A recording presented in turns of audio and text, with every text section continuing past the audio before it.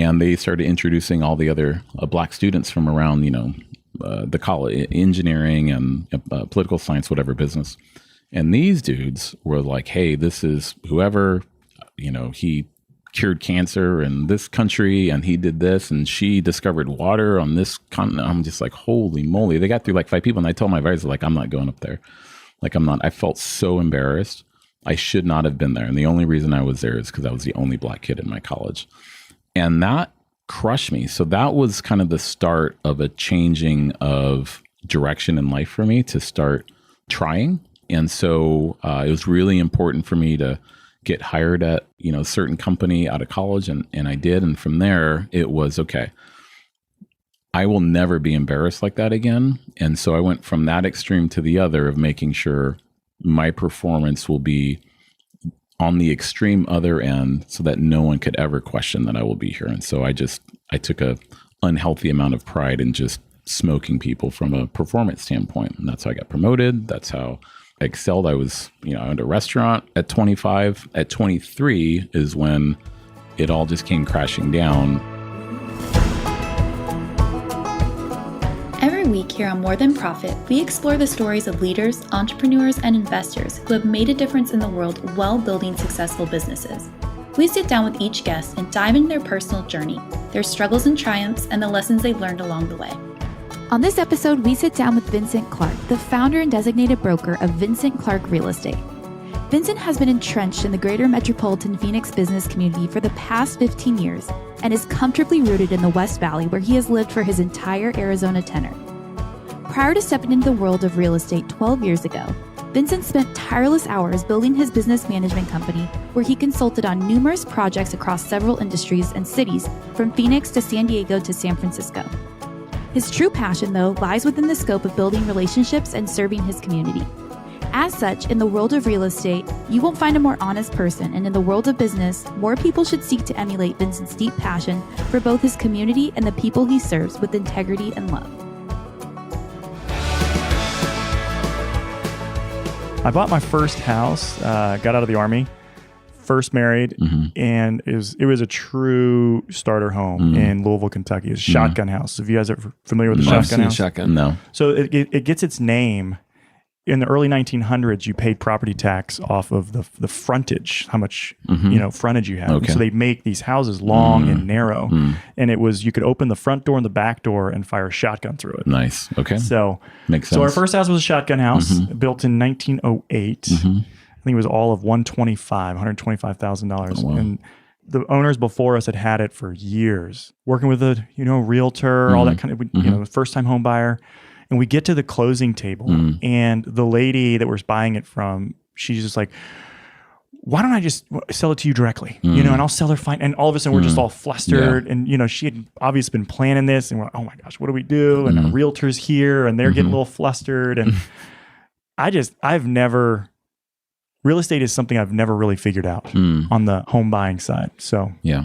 And I would say similar. I mean, we've bought homes over the years, and I never felt like the process was done, and I never felt like I got a deal. Like it was that whole thing of going, I know they were working for me, but then like the first house we bought, I started wondering, do they own the house? That like, do they sell, and just those awkward moments like that. Cause to me, it's like the same thing about going and buying a car. It's like, I just don't trust anyone selling me anything. And so our guest today would be someone who's a realtor, but where I trust him with my life. And when I say that, I sent my 80-year-old parents to him. And again, we have 1.5 million listeners, but they won't get the same deal. But he actually reduced his fee to my parents, which I never asked him to, because I thought it's going to be a poop show to start with. So you need to probably just charge the full boat or whatever. But anyways, and then handle them. I mean, my mom was calling him. She doesn't understand World Wide Web and didn't understand like where things would go in the cloud and the Russians could get it, all that other stuff. And dude, he held her hand a lot. And anyways, and they talk about him to the very end. But the way I described him was what I said is I said, Vincent Clark is like a brother to me. So I trust him with my life. So I'm not going to get involved and allow Vincent to do the whole deal and everything. And they did. My parents trusted him, and that's great. It was amazing. And it was easier, I think, because he's the middle of 3 boys, and I'm the middle of 3 boys. And so I think, my mom I'm my mom's favorite, obviously. She had a heart for the middle kid. Yeah. I think, yeah. Anyways, but so I'm anxious today to talk a little bit, because obviously with real estate market is the way it is right now, but then also more about who Vincent is and what shaped him, because real estate's not he didn't start at real estate, and has a long journey. So Vincent, answering that question for us, like personally, or even in the seller side, or representing people, what are some of the horror stories? Or give us a good story. Of a horror story. Well, fortunately, I've been blessed enough to work with clients who are we're relationship driven, meaning they're either friends of mine or close friends of mine, or a referral that's of a close friend of mine. So most of the people that I work with, It's an awkward question. Well, I don't have to work as much at getting the client to trust me. And so the first story that comes to mind was a second or third tier referral to me, who this person had no idea who I was. Somebody in her office just referred me, and it was a few $1 million house. And so she didn't want to just trust anyone. She was going through a really tough divorce. She was Middle Eastern. And so I only bring that up because her husband fell into a stereotypical kind of husband and wife role with male and female. And she just got obliterated with every part of her being I'll say being abused emotionally. I can't say physically, but it was just a sad situation. And he just had an affair and left. Fortunately, she got the house, but trying to walk her through the process, and it was an 8,000 square foot house. So there's tons of little details that needed to be taken care of. She had 2 kids, 6 and 8, 2 boys. In that culture, they could do anything that they wanted, and they were just hellions. I mean, her life was just the epitome of chaos. And so she was super stressed all the time, didn't trust anything that I said. And so it was tough. And I was just getting kind of started then. So I paid for her home to get staged. She wouldn't stage her house, so I actually paid for it just to kind of get her going. She wanted to price the home way too high. Every interaction with her was just a 911 high stress situation. So it started to wear on me. We went probably 6 months. She wasn't happy. She thought a more well-known agent could sell her house faster. And then you have a decision to make, how am I going to react to basically getting fired? So a new agent came in, they dropped the price. This seller was calling me within the first week. Hey, this agent told me this. What do you think? I'm like, I'm not your agent anymore. I'm sorry. Like, I can't speak into any of that. That happened a couple more times. And so I really just tried to care for her through getting fired. So 30 days into it, she said, hey, I'm going to fire my agent. Can you represent me again? I said, look, you have an agent right now. If you find yourself without an agent, feel free to give me a call. And the next day she did and hired me back. And this is going to sound like prosperity gospel, but I got the listing back and I brought a buyer to the table as well. So I was able to handle both buyer and seller on that deal. And it was just financially, it worked out great, but emotionally, it was just a really heavy lift to care for people like that. Yeah. Well, and I think, Vincent, to your credit, and part of your character is you work with some very high-end athletes and wealthy people, all that stuff. But I know that you help anybody. I mean, that's the thing going, I'd refer anybody. If they're looking for a starter home, or if they're looking for a high-end home, I would easily go to you. But I just go, part of what's so winsome in your business is going, you really are a person of your word. So like, if you're going to say something, like, you don't try to sugarcoat things. You try to be honest as best you can. And I go, I've known you a long time, and I've watched over and over again where you just try to be as honest as possible. Yeah, I mean, I don't try to create a reality that's not true, and how to lovingly do that can be challenging at times, because whether it's a $200,000 house or a $2 million house or an $8 million house, there are emotional talents that come into play that if you don't have the ability to really care for somebody and really understand what's going through their mind, going through their heart, how they're feeling, what they really, really want, you're going to end the transaction not in a good spot. And it's going to feel like more of a transaction rather than a relationship. So we really try to identify how to care for people in their most stressful, most expensive situation, certainly purchase in their life. And I get invited into super intimate spaces with how people spend their money. So it's a challenge to me not to judge any of those decisions. None of that is lost on me. So I really try to handle that with the utmost of care. So no matter the price point, that's still the same for any human. Well, and I've watched him firsthand over the years with selling houses, because I can think of a situation where the seller who you're representing was like, hey, do we need to disclose this or anything? I just remember you stepping back going, yeah, we disclose everything. Mm-hmm. Like there's nothing. Yeah. And it's funny on the flip side of that, why I always refer you to other people is going, people like, a lot of people will say whatever they want just to get the okay, yeah, you can sell us 1.5 when realistically it's a 1.2. Right. And so someone's going to go with someone other than you, but you lose them because you're honest. Well, I lose them because at some point in that give and take, I haven't fully done the best job of establishing a level of trust with them. Most people I can, but on some level, when they're looking at Zillow or Redfin to get their value on their house, which is the God truth it is, of a house. It's God truth, right? I show up with something different, and it's hard for them to digest. So I really have to work at establishing a level of trust with them.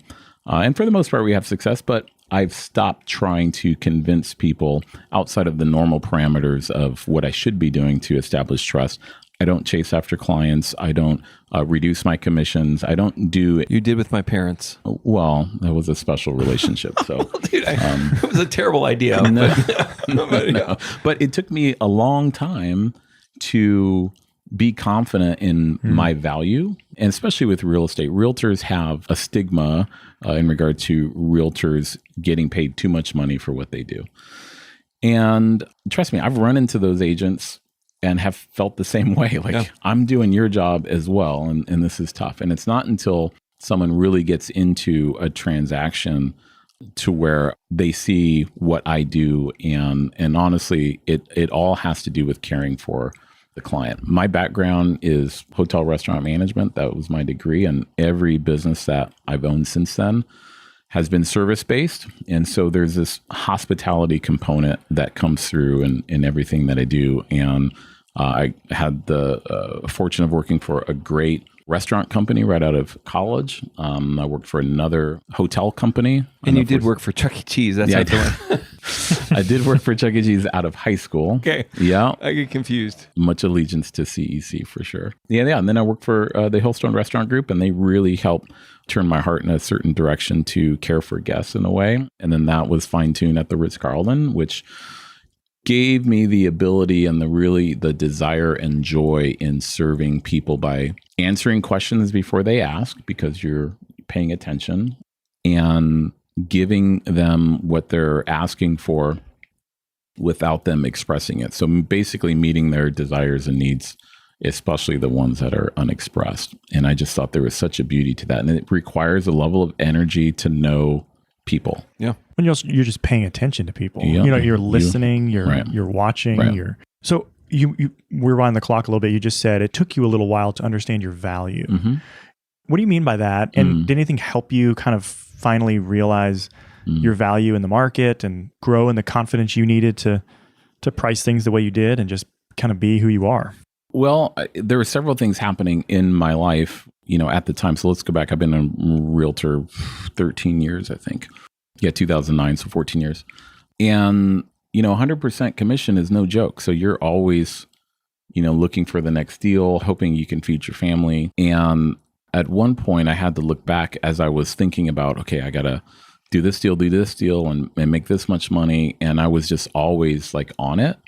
And looking back, I don't know if it was a sermon or just reading somewhere, but it was connected to, I felt and heard God's voice say, look, when was the last time you ever needed and didn't have? And I was like, shoot, like never. And not only have I never needed something and not have it, I've always had what I needed and then some. And that's just the beauty of God's provision. So that helped me kind of relax a little bit with how much I was on all the time with being accessible to every client.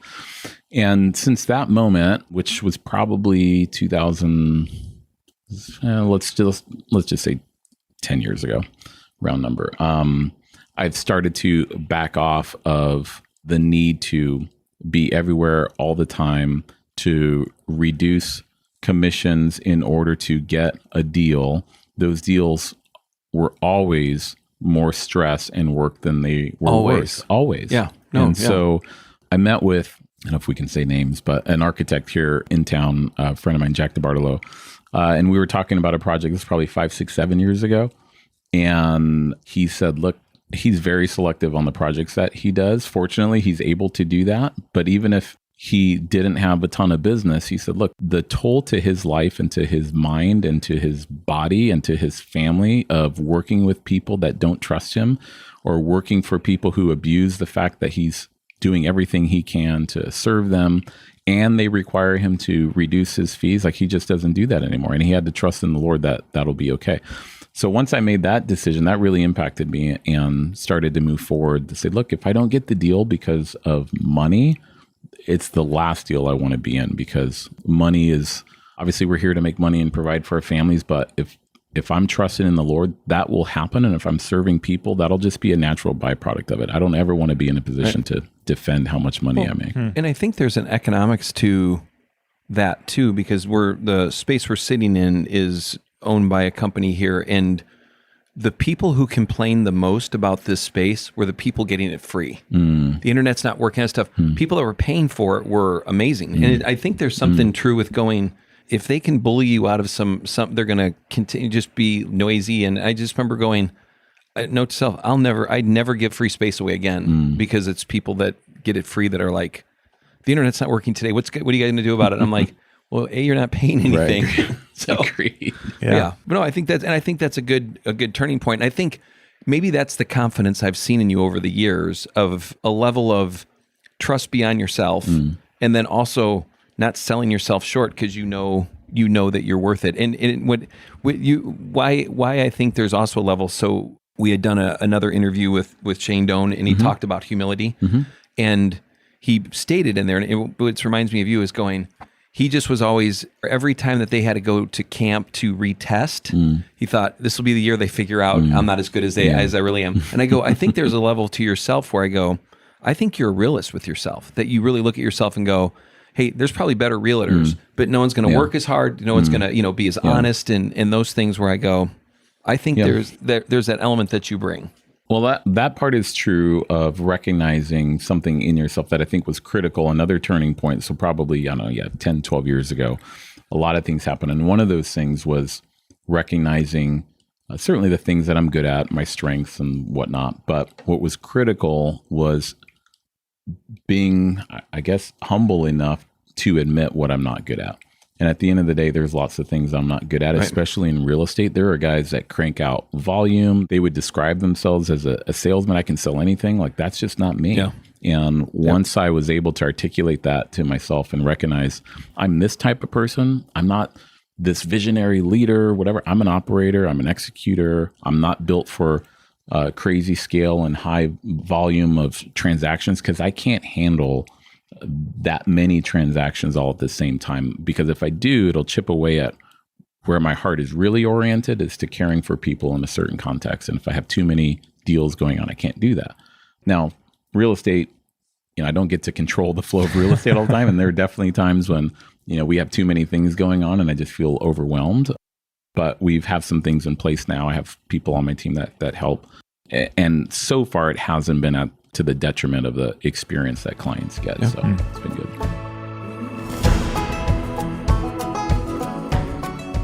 If you're part of a homeowners association who's interested in saving money on home services, let me tell you about PIN Plus, the ultimate platform that brings neighbors together under one powerful concept: power in numbers. With PIN Plus, homeowners associations can now access group discounted pricing on essential home services: trash, pest control, pool maintenance, and so much more, all at unbeatable rates. The best part, PIN Plus is designed for you, the community members. Manage your accounts, pay bills, sign up for services, and discover exciting community-wide events, all with a simple tap of a button. Your entire community, united as one customer, allows them to negotiate fantastic deals with trusted vendors in your area. So why wait? Unleash the power in numbers today and transform your home service experience. Download the PIN Plus app from the App Store or Google Play Store, or visit www.mypinplus.com for more information. So what was young Vincent like? You obviously went to college and pursued kind of hotel management, but those earlier days, growing up, like what were some of the shaping influences in your life? Good or bad? So middle kid, older brother, younger brother, typical birth order kind of stereotype, meaning I was a middle kid with an overachieving older brother. My dad was in the military, very, we'll say, assertive and hard driving. My mom is a Mennonite, so very kind of put your head down and do your work and not really vocal about a ton of things. So it was an interesting contrast between my mom and my dad. And, no surprise that their marriage didn't work out. So that put me in, interesting spaces to, I know I wasn't going to work as hard as my older brother did to please my dad with his performance. And so the way I controlled my dad was to act like a screw up. And so I pushed all the buttons and I took the punishment. I mean, that was, even my brothers now say, I can't believe you did that. Like, you knew what was coming. And like, yeah. And there's no amount of punishment that could be doled out on me to make it not worth it for me to see, my parents kind of, I will say, out of control. That was how I controlled them. So yeah, I was a mess. I got arrested. I screwed around a ton. One thing I'm proud, I never did any drugs. I've never done marijuana. I've never done anything chemically like that. But I had a 8-year stretch, 15 to 23, that was just sheer debauchery, and it was bad, really, really bad. So that was my childhood in a nutshell. Wow. So then what would help make the turn that you said at 23? I mean, without sounding too spiritual, I mean, it was really God. I just hit a low point in my life. So when I was 19, I was at Cal Poly and I got nominated for a scholarship award. It was the Black Faculty and Staff Scholarship on campus. So basically, the Black faculty and staff at Cal Poly, they picked students in all the colleges. Well, hotel restaurant management, there was one Black person there, and that was me. So I get nominated for it. I'm like, great, I don't care. It's, $500 or $1,000, whatever it was. And my advisor, who's a white guy, he's like, hey, I'm nominating you for this. I'm like, okay, great. I literally didn't care. But you have to write an essay.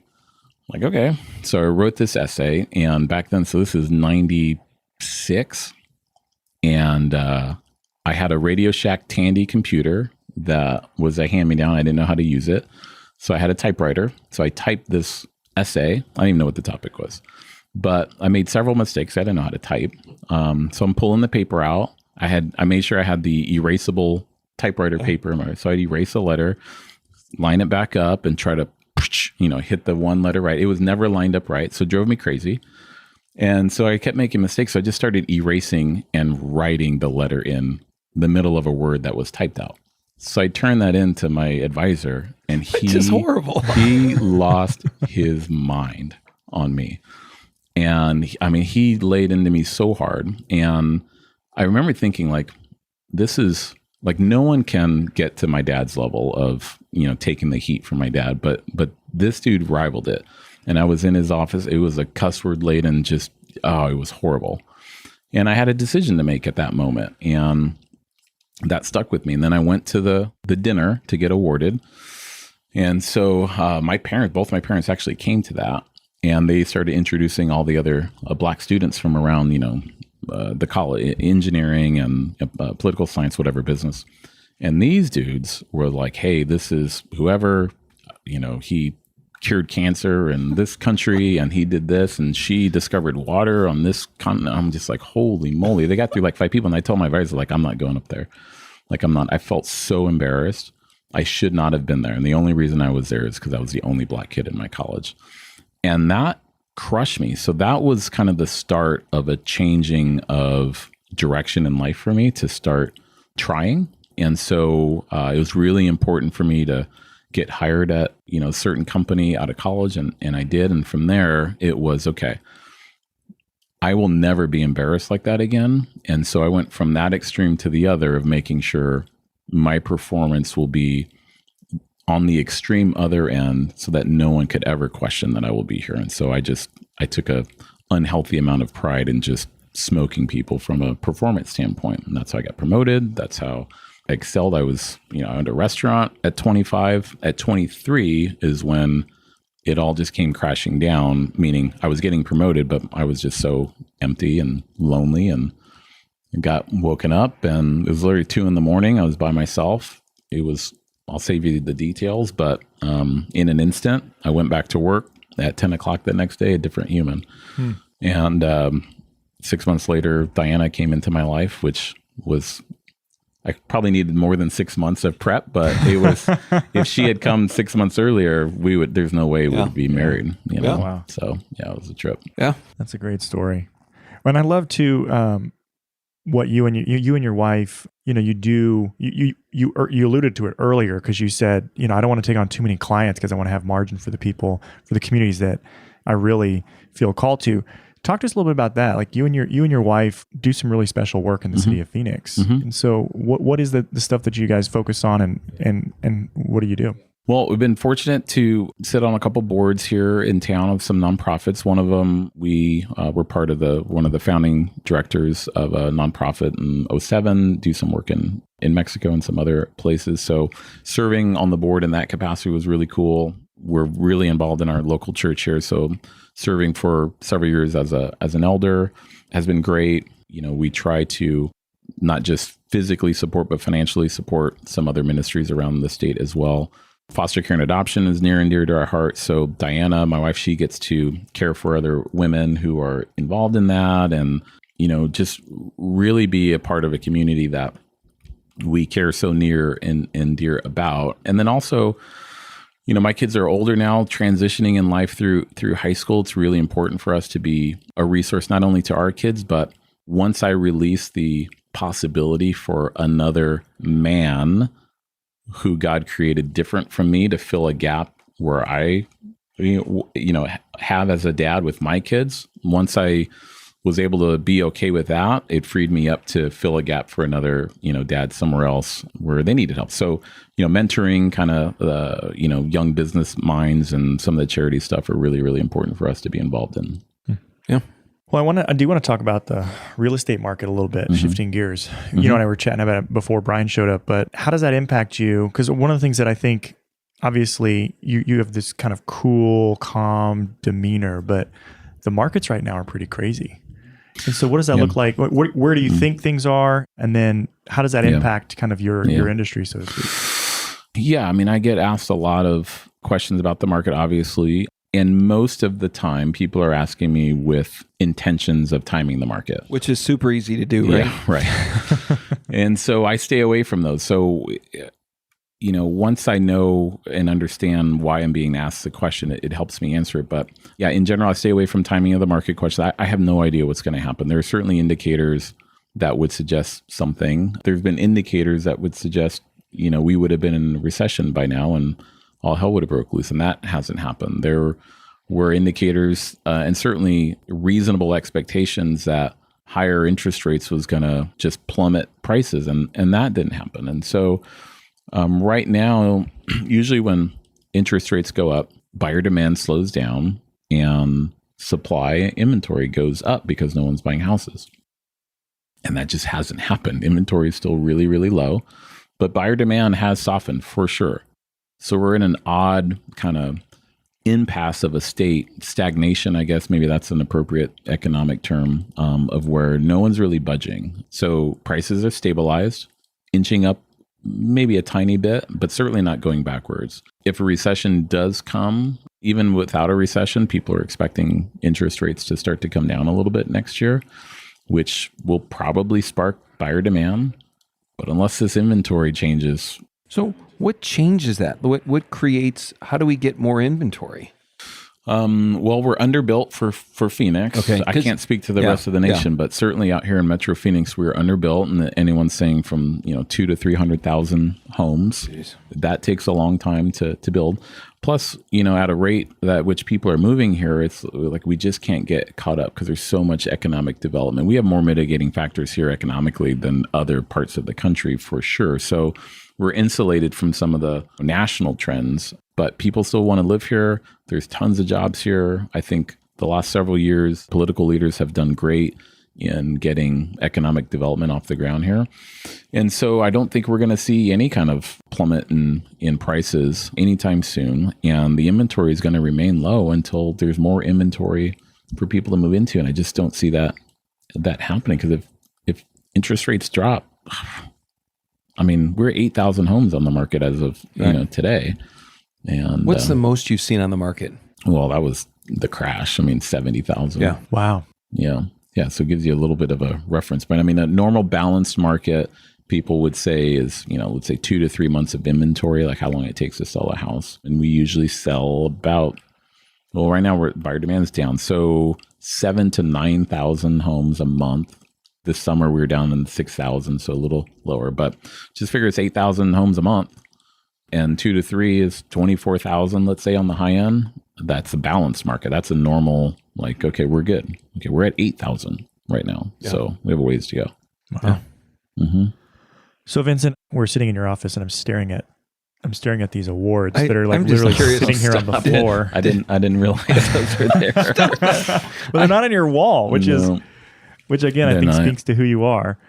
But 50 top agents 2023 in Phoenix. That's Phoenix Magazine. Yeah. Magazine, Good job, Vincent. And 2022 right behind it. Yeah. Still wrapped in cellophane. Yeah, I was going to say.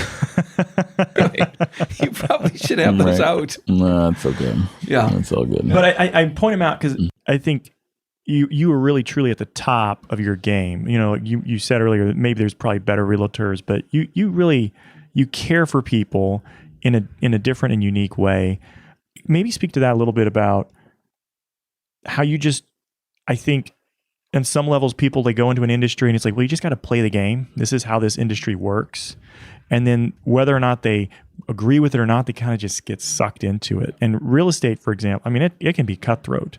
How did you go about setting up your own agency with your own kind of unique convictions? And I'm just going to do it differently. What was that like? And how has that played out for you? Well, it's going to say, though, from watching you, I go, it's really true. I mean, that's the thing I think that is mind-blowing to me, is going where you care for people, like your clients you really care for. And I just go, I did sales, and I think it's easy to go, oh, I care for the clients, but I go, sometimes it's painful. But watching you care for people, I go, is really real. So I'd love to hear how you're going to answer this. The joy in caring, I mean, and you don't always get this, but there's a feeling that really means a lot to me. And it's elusive because it's hard to identify sometimes. Sometimes people express it back to you, but a lot of times they don't. And so coming from the restaurant world, Will Goddard speaks about this in his book on Reasonable Hospitality a bunch. There's, when you are cared for a certain way, and restaurants is easier, or a hotel experience, when you are seen and you are cared for and people are paying attention and deliver an experience that hits on all of the things that you care about, it makes you feel a certain way. Yeah. When I got hired at the Ritz-Carlton, my first day of training, they had a cool way of asking us questions and getting to know us a little bit. And, at 8:00 in the morning, you're answering questions like, oh, if you're on a business lunch, like, what would you order? What's your go-to, like, drink, like, whatever? And what's your favorite movie and all this stuff? And then 4 hours later, we're at the Ritz-Carlton, 100 of us for lunch.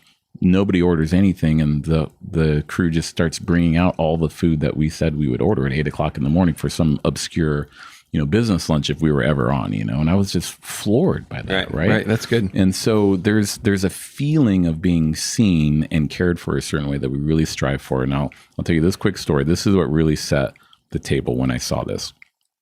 We had paper routes when I was younger. They don't allow kids to have paper routes anymore, but because they get kidnapped. Exactly. So, my older brother, he's almost 3 years older than me. So he's, 11, 12, 13 on his paper route. So I come up, I'm 10, whatever, and start to learn from him. So it's 3:30, 4 in the morning. It's, me and my brother out in the garage folding papers and whatever. So we go start delivering papers. And then once a month, you have to walk around to each house to collect. They call it collecting. It's $10 for the month, and you pay for your papers, and then whatever you get extra is your tip. That's your money. So there's a little business going on. You had to buy the papers from the publisher, and then if you do a good job, you get tips. So my brother is like, look, here's what we're going to do. So instead you're going to fake an injury. I know. instead of throwing the papers from our bike in the driveway, people come out to pick that up. Like we see them because we'll go to school and we'll see people coming out to get their paper, like in their robe, or like try to run back inside. And I don't know if I've given my brother full credit for this, but he's like, we're going to put the paper up by the front door so that they don't have to come to their driveway. I'm like, okay, like let's do that. And so we did that for a little while. Tips started going up, and then we started, getting up to the door. We'd lay the paper on the door so that when they would open the door, it'd fall in their house. And so it took us longer for sure to get around. We got pretty good at flipping the paper, but when we go to collect, the things people would say to us and give us tips, like the fact that I don't have to go to my driveway, like you guys just put the paper right. How do you do that? Like, oh, here's extra, whatever. Seeing the joy in people, like tell us, like I was hooked, like that was it. So what can we do without people asking? How can I see them with their desires and deliver on that through whatever experience it, I happen to be involved with. So that's a great story. So now you mentioned you have some team members, and they're representing your brand. So how do you go about instilling those values? What does that transference look like for you as you're thinking about folks representing Vincent Clark Real Estate? He does this thing where he brings them in, asks them random questions, then he provides an amazing lunch in the afternoon. Right. Because that's a hard thing. Totally hard. This is so personal to you and it's your lived experience. But now you've got people out there. And it's even more because it's your core. Like you hear it, because even like watching your face, that's why I wish people could see his face, but going, this is who you are. And it's like, but you have to say, think about that being 10 or 11 years old and starting to have that connection of going, wow, people feel seen, heard, appreciated, and I'm making more money than other people just throwing them. That's right. Yeah.